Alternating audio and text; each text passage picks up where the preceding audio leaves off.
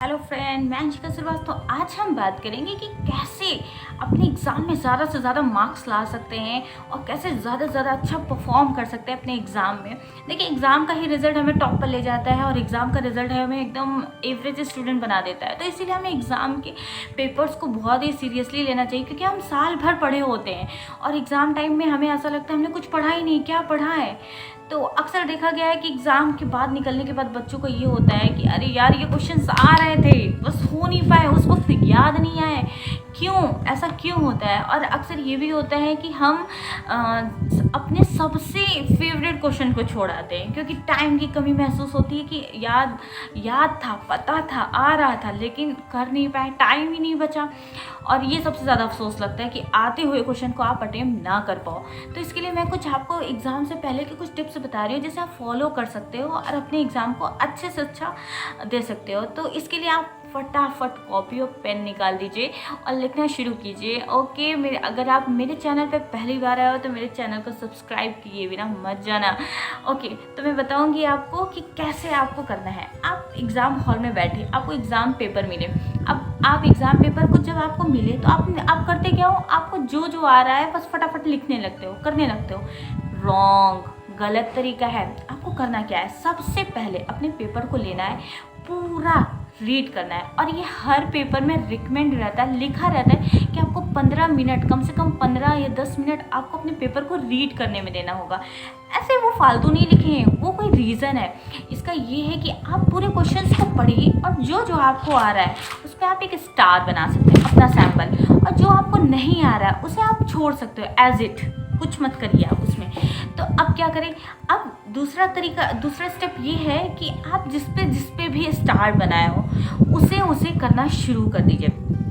तीसरी चीज़ क्या करना है? अब जिस पे स्टार नहीं बनाया उसे लास्ट में देखना है। सबसे पहले जितने आ रहे हैं उसे करिए आप। इससे क्या होगा? इससे ये होगा कम से कम कि जो आ रहा था वो तो नहीं छूटा, और जो नहीं आ रहा था उसे लास्ट में हम माइंड लगा के अपने दिमाग को चला के उसके आंसर्स को ढूंढ सकते हैं।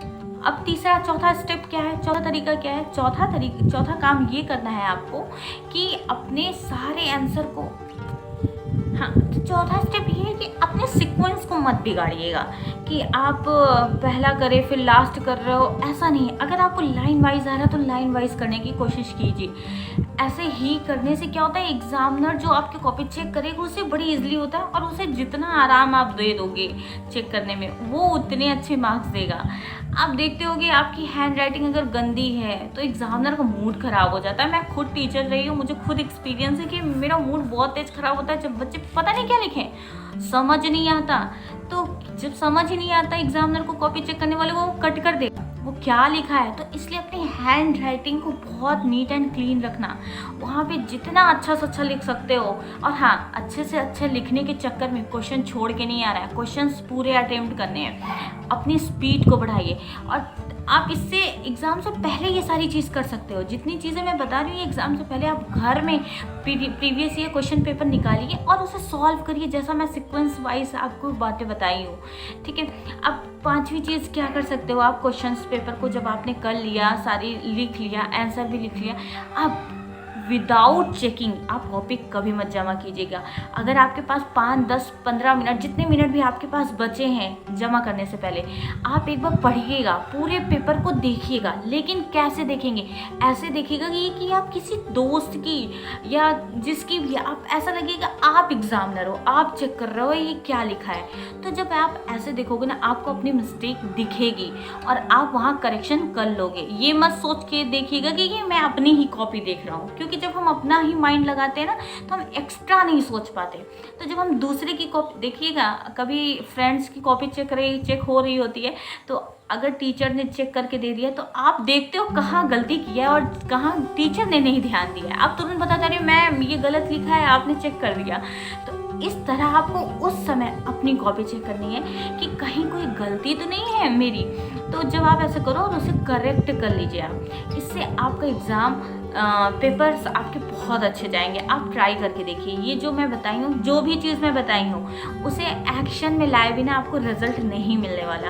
अगर अच्छा से अच्छा रिजल्ट चाहते हो आप, तो ये सारी चीज़ फॉलो कीजिए और अपने लाइफ में अपने मार्क्स को इंक्रीज़ करते हुए देखिए, जिसके हमेशा कम से कम मार्क्स आए। देखिए, हमें कम मार्क्स आने के भी कई कारण हैं। या तो हम साल भर अच्छे से पढ़े नहीं होते हो, तो एग्ज़ाम के एक हफ्ता पहले पढ़ के हम सोचते हैं टॉप पर आ जाएंगे। ये नहीं होगा। आपको साल भर में अगर आप नहीं पढ़ पा रहे हो, तो कम से कम आप 6 महीने तो निकालिए कि अच्छे से पढ़े हो, प्रॉपरली स्टडी करे हो।